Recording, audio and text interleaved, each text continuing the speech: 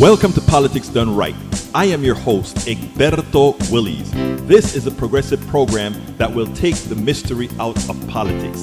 This is the program that will encourage you to make sure government becomes we the people. Whether you are liberal, progressive, conservative, or otherwise, you get to air your point of view. We are an independent media outlet that, unlike mainstream media beholden to corporations, we only owe allegiance to you. Remember, you can also send me a tweet at EGBERTOWILLIES. That is at Egberto Willies. Let us engage. It is Politics Done Right. Well, folks, welcome to one more edition of Politics Done Right. I'm Egberto Willies, your host. Thank you so kindly for being here with me. You know that I love having you here with me. I know you can be anywhere. And the fact that you're here with Politics Done Right, it means that together there's a hell of a lot of stuff we are going to do together. There's a whole lot of stuff we got to get done. Welcome aboard, folks that are already here. Michael Rudnin, how are you doing, my brother?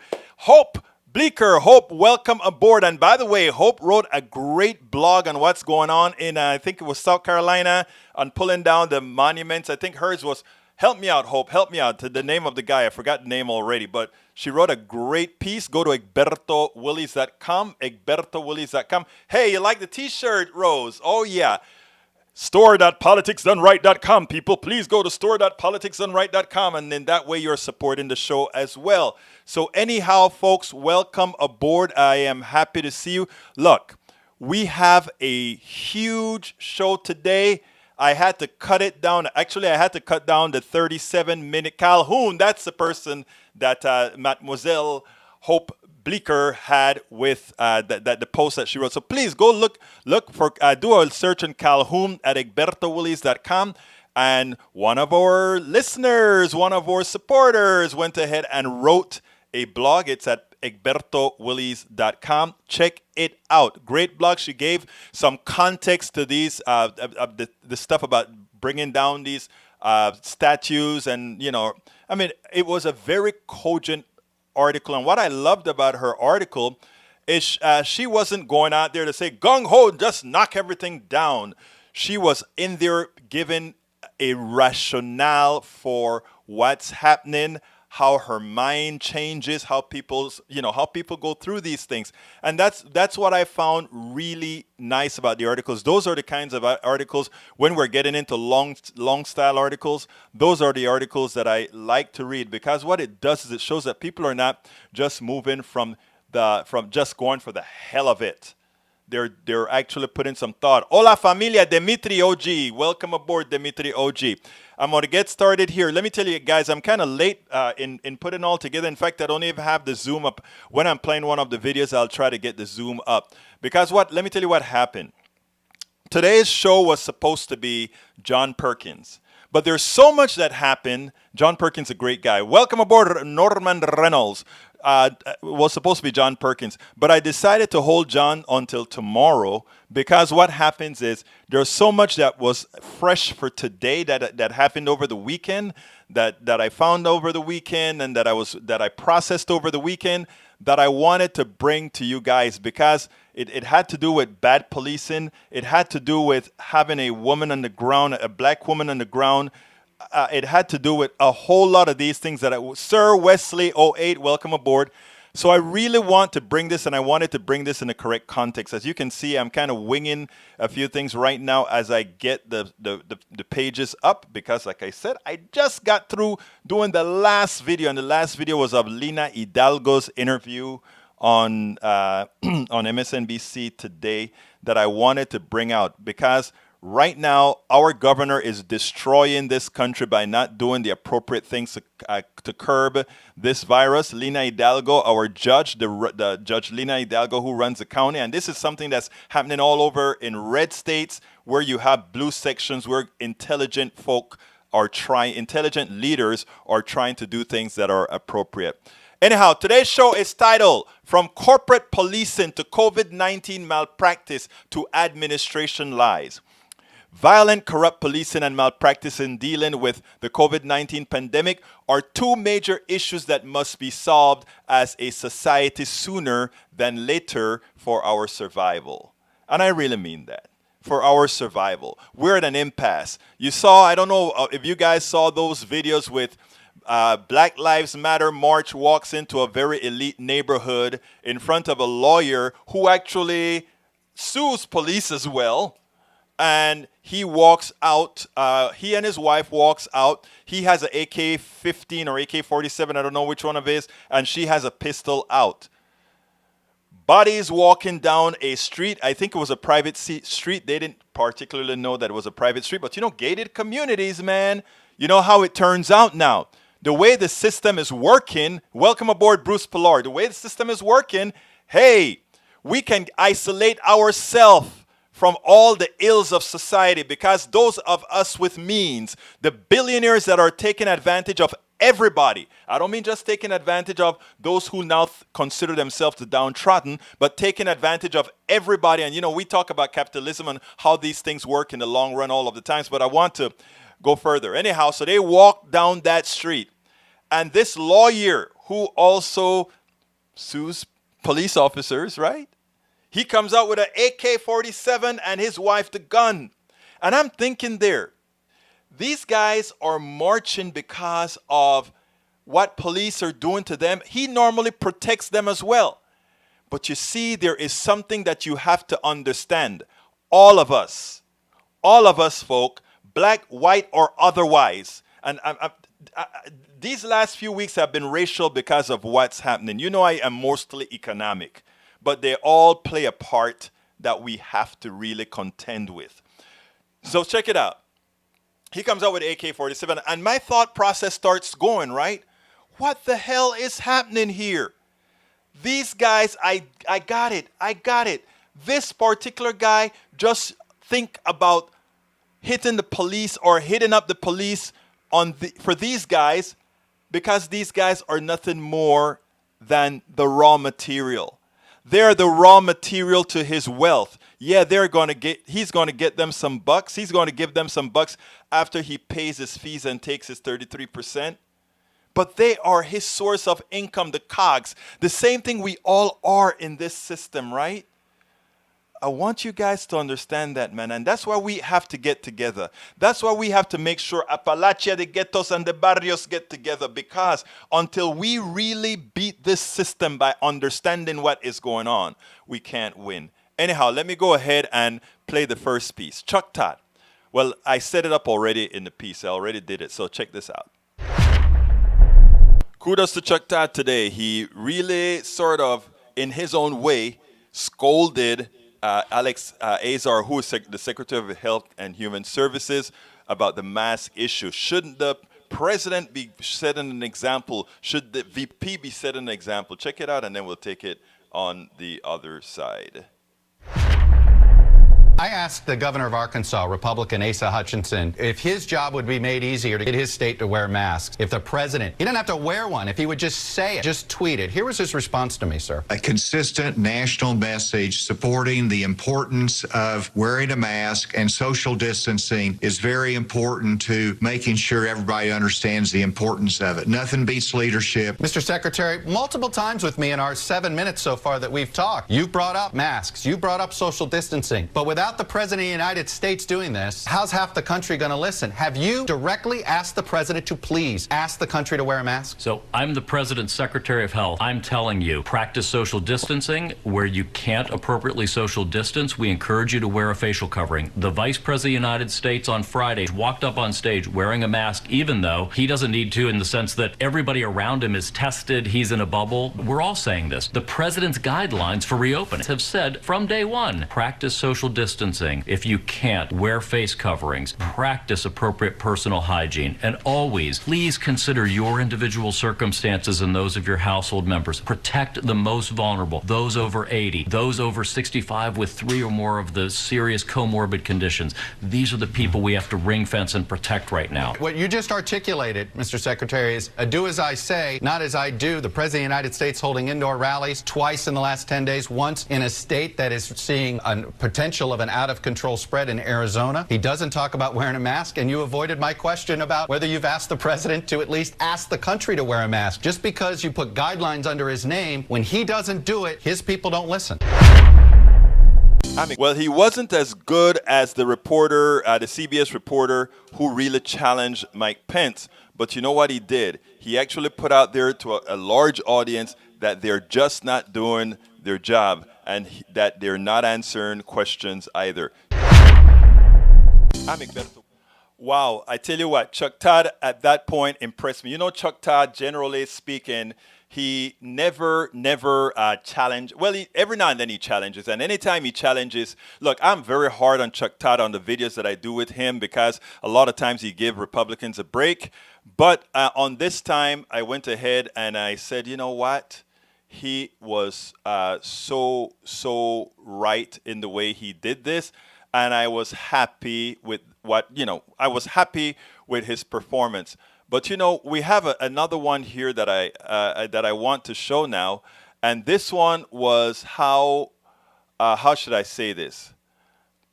How one of Trump's surrogates just goes out there and lies, right, about the issues. But the good thing about it is, yeah, we caught it. And not only did we catch it, but also we caught the numerical part. But the other person that was there got more than that. Check this out, and then we'll take it on the other side. Hewitt appeared on Meet the Press today, and he started to talk what you know he talks about. He's a Republican hack. Check this out, and then we'll take it on the other side. Hugh, how would you advise the president to turn this around? I mean, it does look like at this point they've made the decision the federal government isn't going to own the response. Well, yesterday 500 Americans died, Chuck, and in Germany 680 Germans died. In Germany, 680 Germans died. The United States death toll has dropped dramatically from May when it was 2,700. And in between, it's been a month and 3 days since George Floyd was murdered. In between, we had millions of Americans express their anger at zealous policing and at the unnecessary use of violence, often lethal, against African Americans.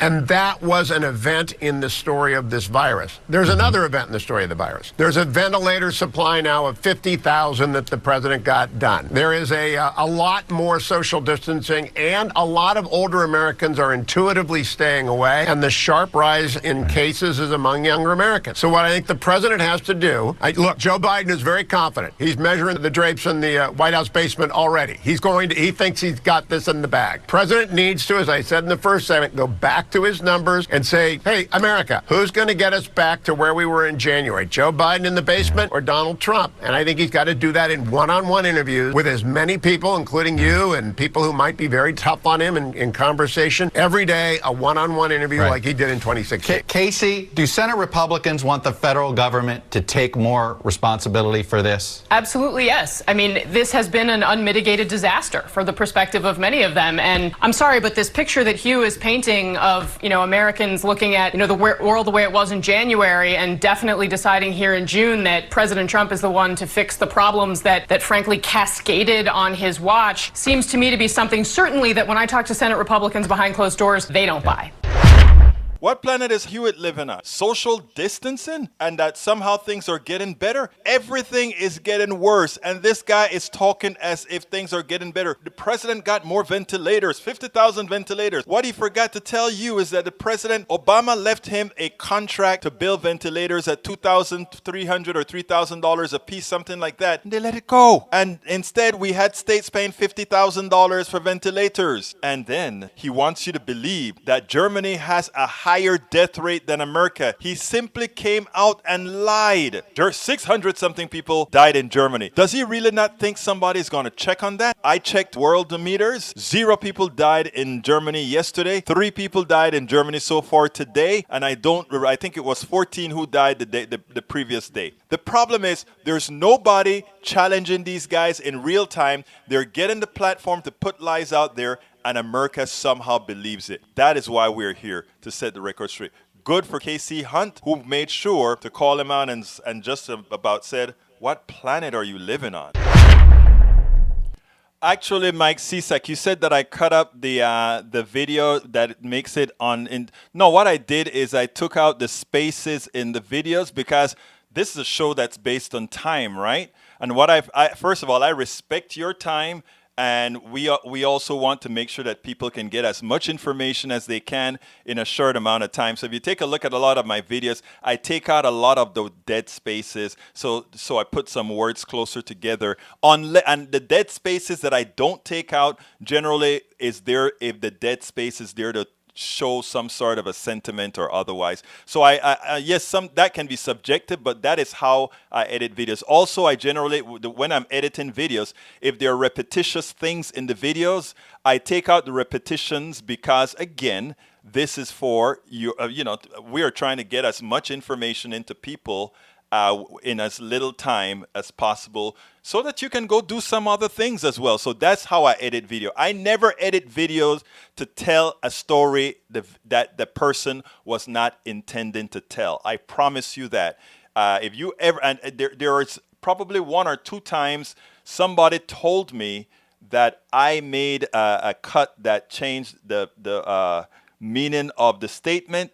And when I rechecked it, they were correct. And I deleted that video altogether as opposed to editing it. And there were some other reasons why I did that. So no, I am not trying to relay bad information.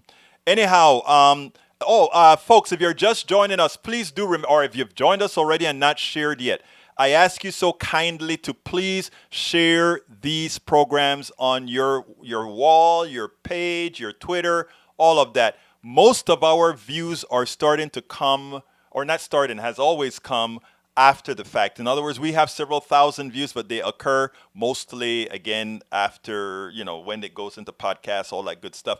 I'd like to do more real time. I'd love to take more phone calls, etc. I'm even thinking about moving to a different time slot. By the way, for those of you who are on the page right now, I am actually thinking about moving to 7 o'clock in the afternoons. I want you guys to tell me what you think about that. You guys are my regulars. You guys have a lot of input in this as well. And another thing that I want to mention is that Facebook has finally allowed us to take subscriptions directly on the Facebook platform. I don't know why it took so long. I have no idea why it took so long. So please check out. On the top of our link, you can actually go ahead and click support on several. You can click on our page, support Politics Done Right, or you can click, I think, on top of this particular video. I think I have the link there as well. 7 Central Time is what I'm thinking of, Dimitri. Michael, that would be 8 p.m. Eastern. That would be correct. So that's okay with you too. Manuel Herrera says, Egberto, is there a place where I can stream your show audio live? Facebook is not a Oh yeah, you can actually, Manuel, you can actually get it on YouTube. In fact, YouTube, if you go to youtube.com/Egberto Willies, it's not Egberto, it's Egberto, Egberto. Egberto. If you go to youtube.com/Egberto Willies, you can actually go directly to our YouTube page and you can stream from YouTube. Now, the other thing, if you're not interested in video, or if you mostly want to listen, although our video, we try to do a lot of video as well, but if you just want to listen, every single one of the podcasters carry our show. So if you go to whether it's Stitcher or iTunes, or if you just look up Politics Done Right, we are on all of them. Stitcher, iTunes, Play, Spotify, we are on all of them, so you can check them out there. But please share these videos. We have to try to find a sweet spot as far as where is best for more people to go live. Anyhow, the phones are open, 346-248-7799, and the ID is on the screen there, which is 254-600-9091. Okay, continuing with the show. Let me play this one here, and then we'll take it after this. You might ask, why even talk about the president retweeting a racist tweet? Why would he retweet a video showing people shouting out, "White power, white power"? There's a reason why. Because I want it to reach people. I want people to see this. Check this out, and then we'll take this on the other side. Jonathan, let me go to you first. I need you to look at this. I need to ask you about something the president endorsed on Twitter. Just this morning, Donald Trump retweeted a pretty disturbing video taken in the villages in Florida of Trump supporters chanting a racist slogan while facing off with counter-protesters.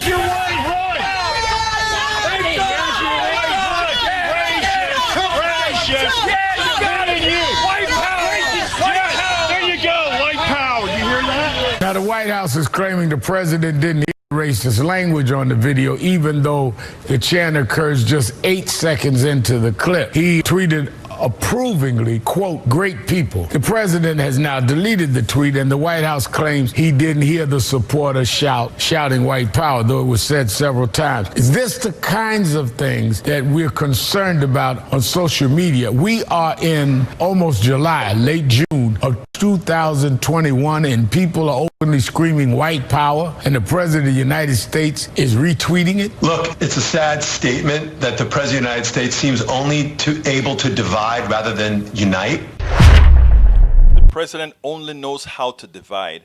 The reason you want to see that is the same thing that occurred in the having the police officer knees on that guy's neck. Many Americans, many in the majority population, they would hear you complain about this is the type of treatment police gives to people of color. This is the type of treatment they get from police officers, and they'll say, oh, no, that's in your head, or oh, no, you're over dramatizing.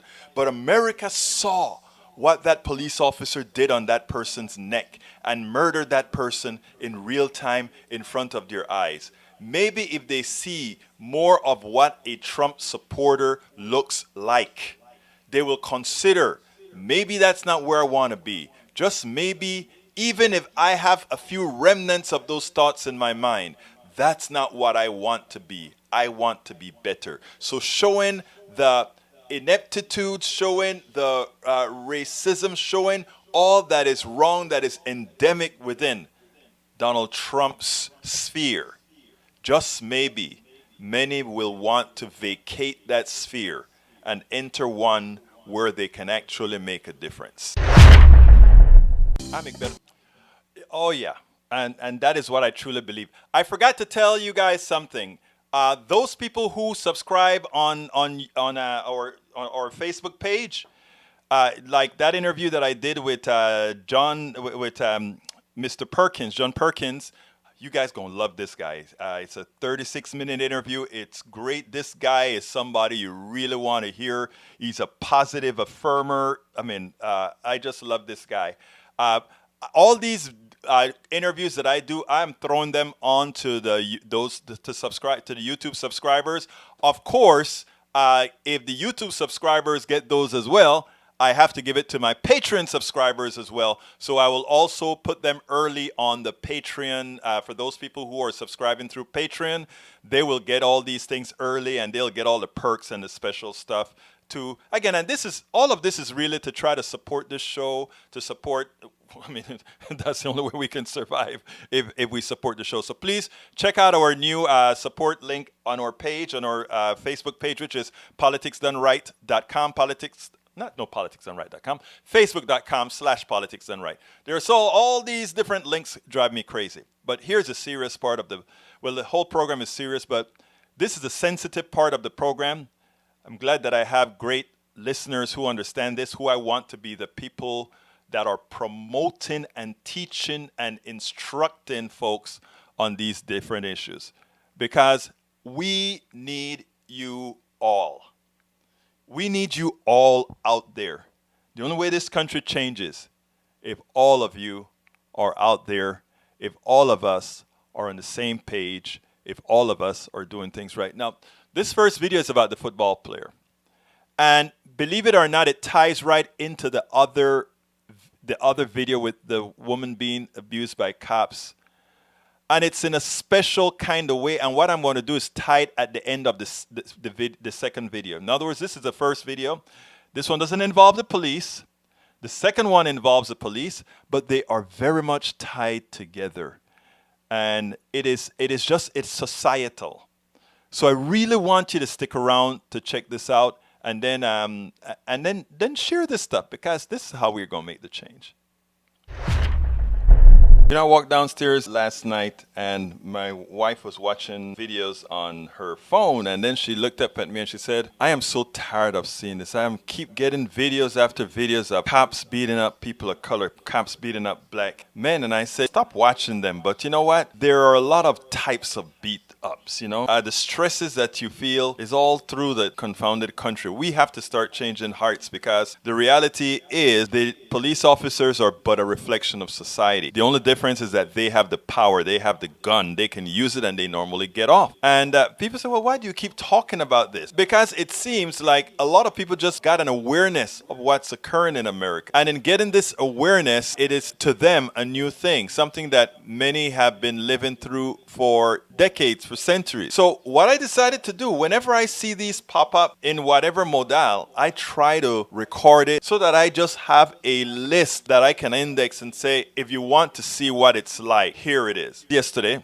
perusing the news, and there we go again. This time is a football player, Darius Leonard. I think he played for the Indianapolis Colts. He goes ahead and he's sitting at a Chipotle with 3 friends, and they're talking about Black Lives Matter. Apparently, what occurs is a white customer complains to the manager and evidently lies and say they're harassing him or something like that when they were not a part of the conversation. And what did the manager do? The manager told the football player to leave. They asked the football player and his entourage, actually 3 people and a woman, to leave. That is a kind of indignities that we still suffer in this country. But what's ironic is I am pretty sure all these restaurant owners heard about the incident that occurred in Baltimore when this manager did not allow a family to eat, when they allowed a white family with the same kid in a t-shirt and sneakers to eat. Same thing occurred, and they decided that they had to get rid of the 2 managers that caused the problem. You would think that this would be news enough. You would think that the marches in the streets would be enough. You would think that the instability would be enough for people to see what they're doing, right? But when this stuff is, and it's a word people don't want to hear, when this thing is systemic, when it is systemic, it is just par for the course. That's just how we do things. And you don't realize what you're doing because it is so natural. Even with all the demonstrations, with all the rallies, with people getting called out, with people getting on videos, somehow you don't instantiate that into what you are doing, and therefore the systemic nature of racism in this country, because it is such a part of everything. It's a part of business, it's a part of medicine, it's a part of everything. It's so systemic. It is hard to defeat because nobody thinks it's them. This is just how things are. Okay, now I'm going to go right into the other video and then I'll put them together when we're done. Let's see, where's that one? Right here. Video is a great thing, and now we can actually put it all together. There's this woman, she goes to a club or a restaurant, she's eating. She gets into a verbal confrontation with a manager. What she did then is she's upset. She throws the money at the manager and leaves. Bill is paid. There's no robbery. There's no trying to get free food. Nothing. Okay, she leaves. The manager goes to the security guard, who is an off-duty police officer, and says, please give that woman a citation so that she cannot come into my place again. He goes outside, steps in front of her car, stop her. Remember, he's an off-duty officer. He steps out of the car. He tells her to come out and to come to his car. And she says, no, my shoes are not on, and she wants to leave. Can I drive to your car? No, you're going to get out of the car and you're going to come and walk with me barefoot out there to my car. She says, no, if you want me, you're going to have to pull me out. But she's saying that facetiously. And the guy, first of all, was already treating her with disrespect. He goes ahead and he drags her out of the car. As he drags her out of the car, he then throws her down to the ground and then tases her stomach. This is a pregnant woman. He tases her stomach. This is deeper than that. This is about respect. This is about valuing life. This is about respecting people and who you do things to. Check this out. Yes, you're being trespassed from the location. Oh. Okay, you need to follow me to my car, please. Like drive? No, you're gonna walk. You're gonna leave the car here. We're gonna go to my car. I'm gonna do the trespass, and then you'll be free to go. Remember, that's his off-duty security guard. Shoes on. I can drive there. You're not gonna drive. You're gonna walk to me towards my car. I'm gonna do the trespass, and then you're gonna be on your way. Yeah, like I pay for everything. Like I don't understand. Okay. Trespassing. Listen, we're not gonna go with the back and forward right now. Okay, I understand that. You're from whatever other state. The way we do things here is different. Okay, whatever it is, we're not gonna go back and forth. Either you come out with me and we do the trespass, or you get arrested. How you want to do it? You're gonna arrest me for what though? What did I do? Resisting without violence. I'm telling you to walk with me toward my vehicle because I need to trespass you. But members of the staff require me. Listen, I don't care about that. Find the shoes and come out. But how can't just drive right there? Last time that I tell you come out of the car, I'm gonna get you out of the car. Whatever you want to do it. Okay, record this because my You can record. I'm recorded. I've been recorded since the first time. Thank you, because my dad's a police officer. I don't care about that. Okay, I don't either. Get your shoes and come with me. Years. Okay, so whatever you want to do, pull me out the car. Go ahead. Don't reach in my car. Is you crazy? You can't reach in my car. What do you? On her neck though? Really? Why is you kneeing on her neck though? That's weird as fuck. Why is that kneeing on her neck though? Why are you kneeling on her? Get back! Get back! No, why are you taking her? Why are you taking her? Turn around and put your hands on your back. Don't touch me. Don't touch me. No, don't touch me. Why y'all record? Why is y'all tasing her? Now you see the treatment. Violence by the cops. Going ahead and tasing somebody. Remember, the manager asked this guy to give her a trespass citation. That's what this is all about. A trespass citation. She wasn't trespassing. She went to have dinner and she paid for her food. Now, again, there was some incidents between the argument and she throws her money and walks out. She didn't try to leave without paying. But, you know, people say, well, why didn't she just abide by the police officer? Well, you know, some people would say, you know what, I'll just abide and then I'll take care of things later. But I mean, the humiliation, the constant humiliation of the police state for some people while others can do as they please. I want to show you a compilation of what other people do without police involvement, without anybody saying, let's go ahead and have the police give them a citation so they can never again come back here to do work. Check this out. This lady kept on hugging people at the bar and not wearing a mask. Misha's co-worker behind the bar asked the woman to comply. Miss, please put your mask on. Watch as surveillance cameras captured what happened next. The woman leans in and appears to cough directly in the face of the bartender, who steps back in shock and disbelief. Misha was standing just feet away. He quickly told the woman to leave. She does, but not before a parting shot, giving bartenders the middle finger, then knocking down a bar stool before heading out the door. An irate woman caught in the latest viral video purposely coughing at another customer in a New York bagel shop. It all started when that customer complained to workers about a coughing woman who was not wearing a face mask. And that's when the maskless woman, identified as Lauren Balsamo, became enraged, called the woman a derogatory name, and aggressively coughed in her face. I don't give a stop, journalist. You dumb Afuera que le están exigiendo que se ponga el tapabocas y está tirando poco aventando. Democratic pigs! All of you! That man harassed me for not wearing a mask. I have a breathing problem. So anyone harassing me to wear a mask, you guys are violating federal law. You get that? Get that on camera. No involvement with police officers, no rough treatment, nobody tries to hold them down. They have the right to get upset. They have the right to feel like their space have been aggrieved. They have that right. But whenever a black person or a Latino or a POC says, I have a right to be upset, I have a right for a police not to bother me, I have a right not to be living in a police state. Do you wonder why the phrase Black Lives Matter means something? Black Lives Matter, why do you say that? Because you say, everybody else seems to have the lives matter. Black Lives Matter. Do you understand also why we say defund the police? If the police is actually there to police one group of folk differently than the other, defund the police, and put the monies into the places where they belong. That particular incident where the owner of that restaurant wanted a trespassing ticket, that could be done at a courthouse, sending her a summons. The only time we need a police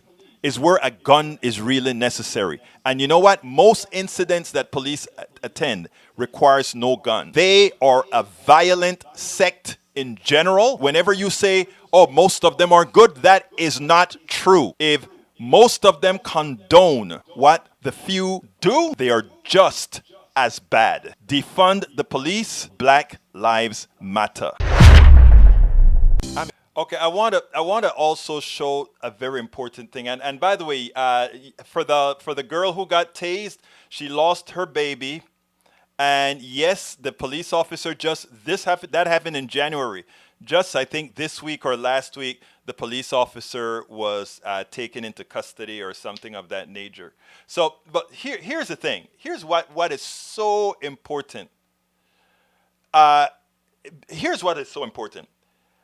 And when I said I was going to tie those two together, remember this. Remember the football player goes to the Chipotle, and in Chipotle, when they told him to leave, or they're going to call the cops, he just went ahead and, even though the white guy who said he was harassing him was just pissed off that he was talking about Black Lives Matter, and he knew if he told the manager a story like that manager was going to confront these guys and say, get out of here.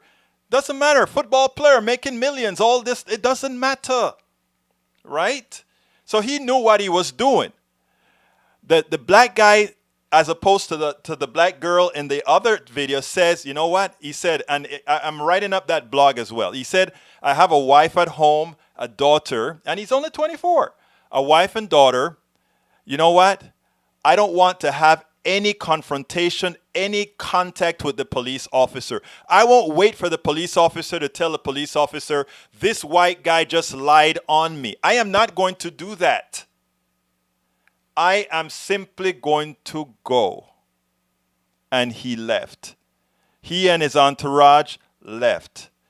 Better leaving than confronting the police. That is my behavior as well. You've heard me say, I prevent any confrontation. I stay away from the justice system in the United States of America until we can work together to get this change. Now, but by the same token, I do not blame the young lady who's paid her bills. They wanted to give her a ticket for trespassing. A private owner of a restaurant had an argument with this girl. This girl leaves pissed off, throws the money. She didn't leave with an unpaid bill. Throws the money and then leaves. The owner tells the security guard, who is an off-duty police officer, I want to have a summons against her so that she can never come back into my restaurant. He's pissed. And because there is now an interface between person with privilege, calls police officer confronts POC, POC is on the ground being tased, loses baby, hurt, humiliated. That is the sequence of events. It's a sequence of events that was about to occur when that woman with the dog says, I am calling the police because you told me I needed to put a leash on my thing. I know my privilege. I will call the cop and tell the cop there's this black man harassing me. They know what the outcome is going to be. Either a beating by the cop on a black person that dare not resist, or possible death. And you know, I think in scrolling, I just saw something that my good friend Hope said. She said, yeah, you know, you don't fight and you just let them take you and you put the handcuffs on you. And you know what? That's still no guarantee. Still no guarantee. But I want to correct something, because a lot of people, whenever we start talking about these issues about the cops attacking black folk, etc., or POCs or minority, but look at black and black crime. Well, by the way, black and black crime is almost the same as white and white crime, okay? Now, by percentages, there are more murders by black folk. Why again? Because again, murder and these sort of things are socioeconomic, and since black folks are socioeconomically much under the majority population, white folks, you can see why that distressed population has all those conditions, just like you have in Appalachia. Just mimic Appalachia and the ghettos and the barrios. So you see, these are socioeconomic things. That's what they are. And that's what we have to get out. So take that out of the equation. Take out of the equation that, well, they're doing these things to themselves and why those gangs shoot up each other. That's true. And that's why somebody like Candace Owen can get some traction with some people, because a lot of what Candace Owen says, all those facts that she's shooting out, she's right. A lot of it, she had a couple of mistakes, but most of them are right. And it allows you to create the wrong narrative. But here's the deal. When there are many a times a black person or a person of color call the cops because their neighbor or they're doing something to them, and guess who ends up arrested? Or guess who ends up in handcuff? Or it's common. We have all of those videos as well, right? The difference I try to tell is the following. We want the state to be there to protect us. That's why we, the people, have created the state, and the state protects those people who get out of order, those people who get out of what we said our society is all about. The state protects us. But when the state becomes the hunter, when the state becomes the one you cannot go to, when the state becomes that, it's an issue. But we know there's a reason why. But that's for another show. There's a reason why. Now,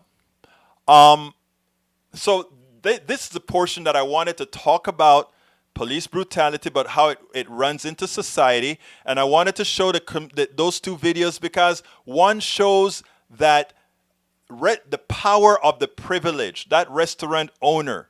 He was the one who started that confrontation because he is the one who asked the cop to confront her. And then that cop then overreacted by saying, that cop should have immediately said, no, if you want to have a restraining order on that woman, go to court. Get a restraining order to make sure she cannot come back to your place. That is what should have been done.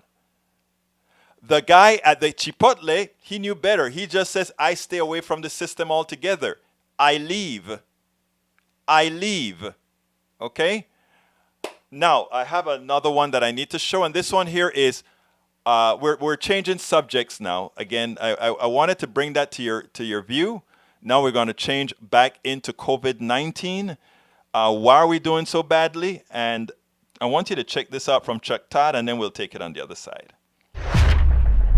Take a look at how the United States is doing compared with other countries in controlling the coronavirus.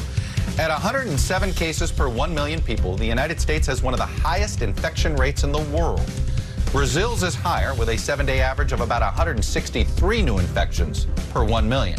Russia and India are also in double digits per 1 million people. At the other end of the data, Germany and Italy have made large strides in containing the virus. Both were above 60 new infections per million people at one point and are now in the single digits. And as we pass the 6-month mark of the virus in these countries, the date of first infection does not seem to be playing into infection rates either. The United States had its earliest recorded COVID-19 case back on January 21st, with all of the other countries except Brazil following just a week or so later. And it should be noted, the United States is not only the wealthiest nation, we also have the highest healthcare spending of any of these nations. President Trump argues the numbers are only rising because the United States is testing more. But the data suggests that other factors are driving this increase. For instance, the United States' positive test rate is 6 percentage points. That is higher than all of the other countries except India. Compared with Germany at 0.9% and Italy, where the percentage of positive cases is much lower, lower than 1% actually. One thing of the struggling countries that all of them have in common is leaders, like President Trump and Jair Bolsonaro in Brazil, who have played down the threat of the virus. I'm the Woolies. And then they have to also mention England, because we have Boris Johnson, who is also a right-wing crazy person like Trump and Bolsonaro. So we should note that. Now, in Houston is now the hot point. We are now very hot. The virus has exploded in Houston because we have a governor that the laws of that governor passes, or the orders that the governor passes, supersedes that of our local official. In Harris County, there's a woman. Her name is Lina Hidalgo, Judge Lina Hidalgo, and I've been trying to let it be known she has been doing the right thing. She's been trying to push the right rules. But she's had her hand tied. And even as she's had her hand tied, she's been out there giving the country, or rather giving the county, directions. In other words, do this, do that. You don't have to, because I don't have the law behind me to say do it, but that is what we need to do if we're to get out of that in this county. And the people have not been following as they should, because we have a sect of right-wingers here, and some neoliberals as well, that's just upset that we have this young 29-year-old woman, Latina, who is running this entire county and doing a damn good job of it by showing that education matters, that competency matters, and that data matters. I want to play you the interview she did this morning on MSNBC. I want to turn now to Harris County Judge Lina Hidalgo. She oversees the largest county in Texas, which includes the city of Houston. Judge, thank you so much for joining us. I want to mention you are currently self-isolating, I understand, after a potential exposure to a member of your office who tested positive for COVID-19. Give us a quick update on how you are doing and how your own brush with the virus has helped folks see how intensifying this threat is. That's right. Thank you, Eamon. So I'm at home self-quarantining because a member of my staff has come down with the virus, and I feel great. We're continuing to do all the work here from home. But the reality of it is there are thousands of people in my community and throughout the country, of course, going through what I'm going through, more and more cases. And here we see the evidence anecdotally, like me and so many folks we hear from that have come into contact with someone who's positive or are positive themselves, and also through the data, through this alarming rise in our hospitalization numbers. And what folks need to remember is, yes, some reopenings have paused, but restaurants are still at 50% capacity. Indoor events can still continue at whatever size. And what we need to be doing right now is everybody staying home. If we continue going at this rate, the hospitals will run out of space anywhere within the next week to 3 weeks. It takes longer than that to flatten a curve when everybody's staying home. So I don't know what game we're playing here, but it's time to buckle down. So, Judge Hidalgo, I'm curious to get your thoughts on the governor's response to this. Harris County, as you mentioned, leads the state with nearly 10,000 more total cases than nearby Dallas County. You have now moved the threat level, I understand, to severe, which is the worst possible. Do you think the governor's move to close down bars and roll back reopening is enough to make a difference in your community? I think the move is important. It's warranted. I'm grateful for it. I do not think it's enough. And I've said that to him. I've said it to my community. That's why I moved our status to red, to severe, which says stay home. And if I don't have the power anymore to require that folks stay home, I used to have that power until we were preempted by the state. I must at least communicate that very clearly to my community, because ultimately I am responsible for those 5 million or so lives. And what we're seeing is hospitalizations increased dramatically. And we know the one thing that works is staying home. Anything short of that is a gamble, is an experiment. There is no evidence that anything else will do the job. And frankly, it's not about trying to figure out exactly how close we can get to max hospital capacity. What are we going to do then? If we get there and then we reopen, then what? We have to look at this this realistically. And the reality of it is we're in a very difficult situation, and human lives are not collateral damage. The idea is not, hey, we have hospital beds, so let's fill them so people can die comfortably. That is not what we should be thinking about here. Let me get your thoughts really quickly about why the issue of wearing masks has been so difficult to, I guess, implement in that state. There isn't a mandate or a requirement to wear a mask. You have the vice president on one hand saying that's up to state and local officials, the governor of your state not mandating it as a requirement yet. That's got to certainly be confusing to people in Texas, but why do you think folks are not wearing masks in that state and elsewhere? It's important for there to be an enforcement provision. With everything, we need the community on board. We are not a police state. We're not going to force people to do something, but there has to be that line there. That's why there's a penalty for not wearing a seatbelt, for parking in a handicap spot. It's just a signal it sends. So initially, I instituted a mask order. It included a fine. And the news all over town was, masks are going to be the new hot item of the summer, and let's go figure out, what's fashionable. And then we were preempted by the state that we could no longer include that fine. And of course, nobody wants to be the one wearing it when it's not enforceable. We've had the stay home order. We've had the bars and restaurants order. That's how we curbed the spread the first time around.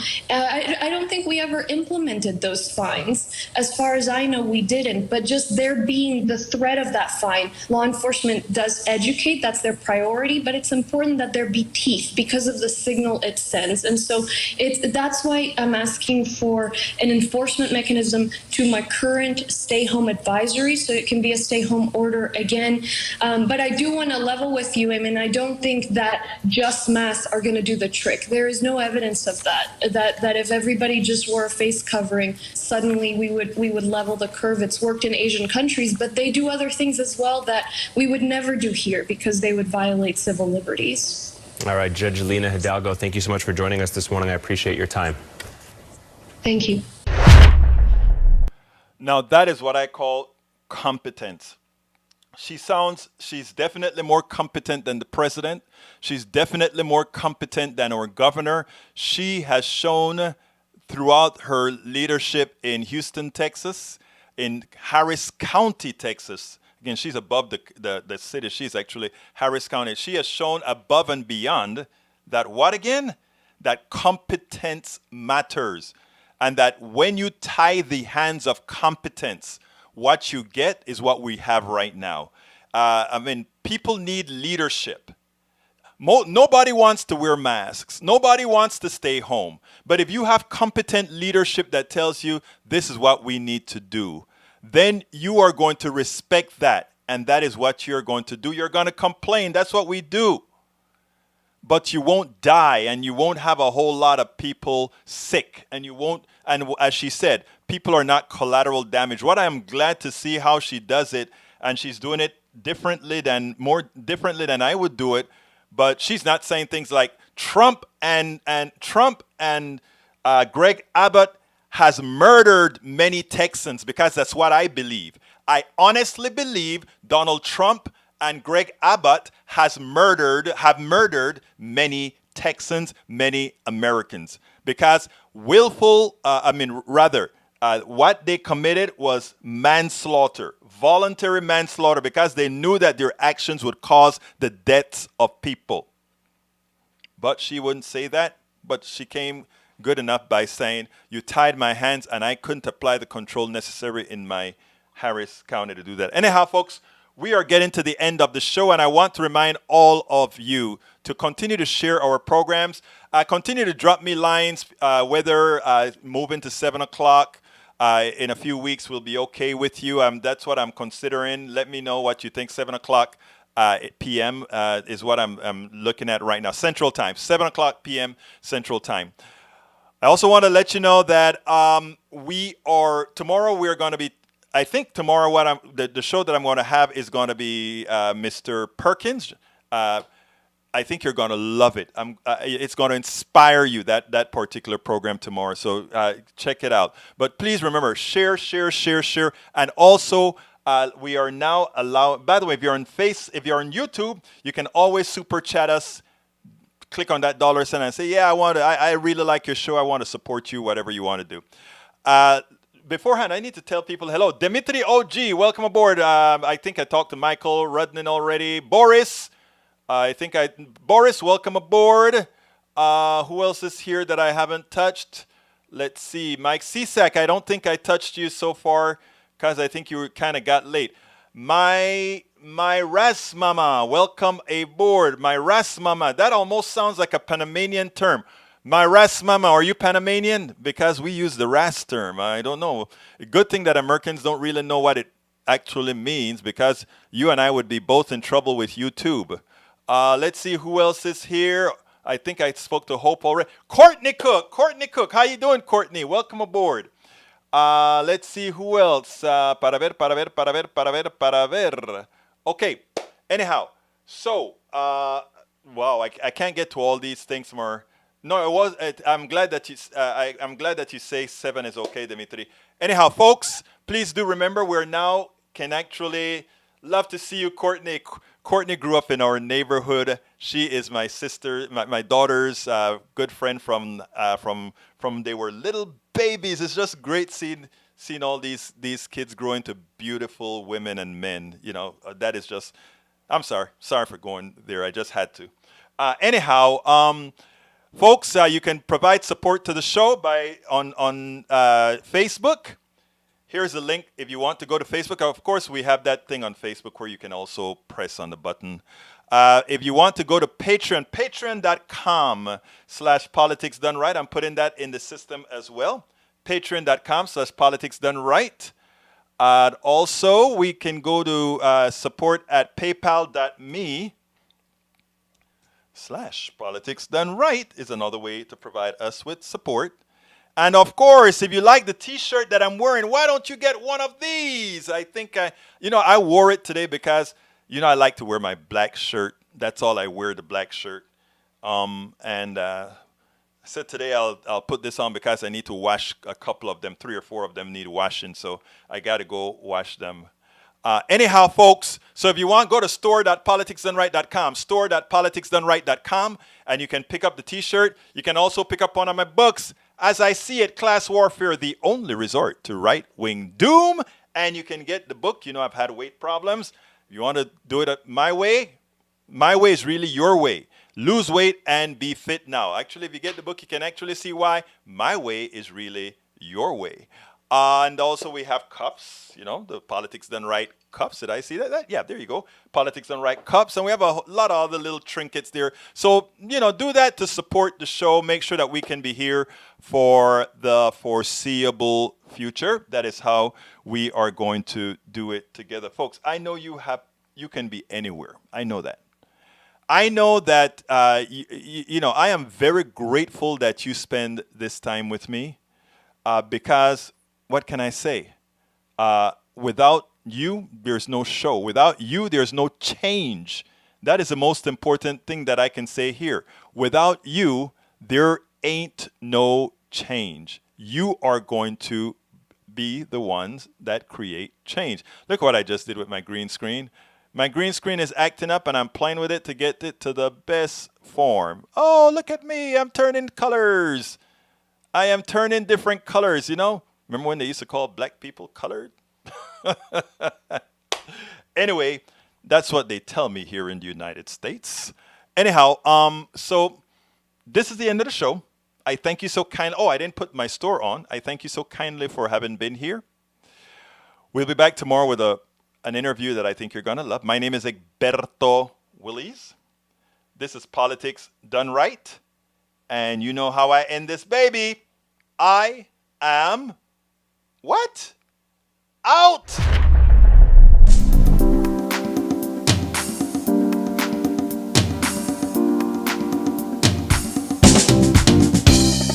Welcome to Politics Done Right. I am your host, Egberto Willies. This is a progressive program that will take the mystery out of politics. This is the program that will encourage you to make sure government becomes we the people. Whether you are liberal, progressive, conservative, or otherwise, you get to air your point of view. We are an independent media outlet that, unlike mainstream media beholden to corporations, we only owe allegiance to you.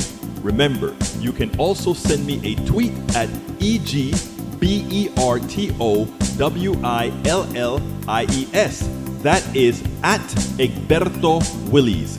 Let us engage. It is politics done right.